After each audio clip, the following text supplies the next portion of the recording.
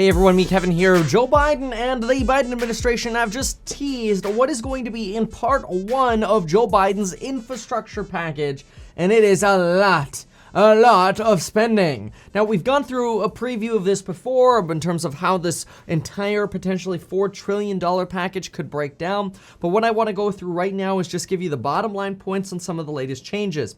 So here's what we're thinking. $2.25 trillion will be in Reveal Part 1.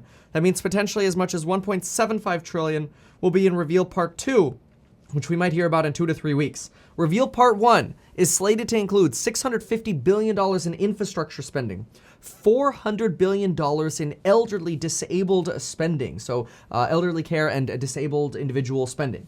$300 billion towards housing, presumably green efficiency building or green efficient building, however we want to say it. Low-income housing could potentially be part of that. We're not sure. We'll see. $300 billion towards manufacturing, and we know that there's been a big push towards getting electric vehicle manufacturing in America. Also, money going towards the grid, broadband, water, $400 billion, folks, in clean energy credits. Which would essentially go towards things like electric vehicle chargers, electric vehicles, solar energy, maybe battery backups for your house as well. Huge amount of money towards credits. Now, there is also likely going to be an aggressive deadline from the Biden administration of getting basically all new electric vehicles, or all vehicles, completely carbon-free by 2035. Now, we've seen some states implement deadlines like this before, like California being one of them. China has said they've had a goal like this.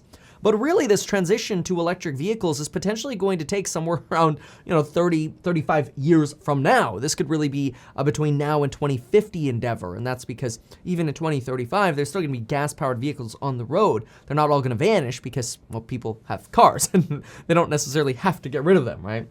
Now, there are going to be, or the expectation is, the incentives for electric vehicles in this plan are going to be huge. This is one of the reasons, folks, we've been doubling down in either the programs linked down below on the stock market or in my live streams. We've been double and tripling down on electric vehicles because this is the start of a 35-year transition. This is not just here today, gone tomorrow. Like this is huge.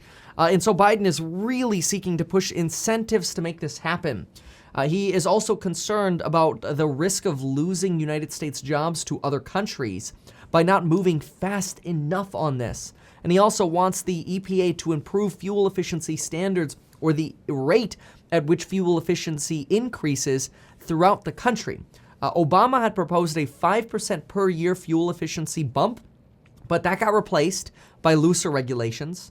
Now we've got the EPA only requiring a 1.5% per year increase in fuel efficiency, which is very little. It's a drop in the bucket. I mean, 1.5% is like, instead of your car getting 50 miles to the gallon, maybe it gets like 50.75 miles per gallon the next year. It's pretty nominal. Or like a 25 mile or per gallon car getting somewhere like 25.32 or 35 miles, right? Like it's super nominal, the increases here that the current standards are, and Biden is expecting to massively change these. We'll see. We'll also get more details on Biden's tax credits. We also know that a lot of this is going to depend on Congress, obviously. We know that certain EV manufacturers are really excited about this. Volkswagen, the new potential name for Volkswagen might be Volts, like an electric Volt wagon. We also know that the Biden administration has not been a big fan of the California ZREC system, which is just a way of sort of trading carbon offset taxes. In other words, somebody who produces a lot of carbon emissions would have to buy credits from somebody maybe who does not manufacture or offset a lot of carbon emissions. The Biden administration doesn't want to go in that direction. Maybe they think it's too complicated. They just want to make everybody more efficient together and not sort of leave that open, or that door open for somebody to continue to be a polluter while just buying offsetting credits. So we'll see. Tomorrow is going to be a very, very big day for infrastructure, but we're already starting to see electric vehicle stocks and electric vehicle related stocks move on this news. We're expecting a ton of information, not only on chargers, but electric vehicles, the credits, cash for clunkers. It's gonna be a big day tomorrow. So this is a preview of what to expect tomorrow, and folks, we'll see you in the next video. Thanks so much for watching. If you found this helpful, consider sharing. Get yourself 2 free stocks with Webull. Deposit $100 by going to metkevin.com/Webull, and you'll get 2 free stocks worth all the way up to $1,850. Thanks for watching. Bye.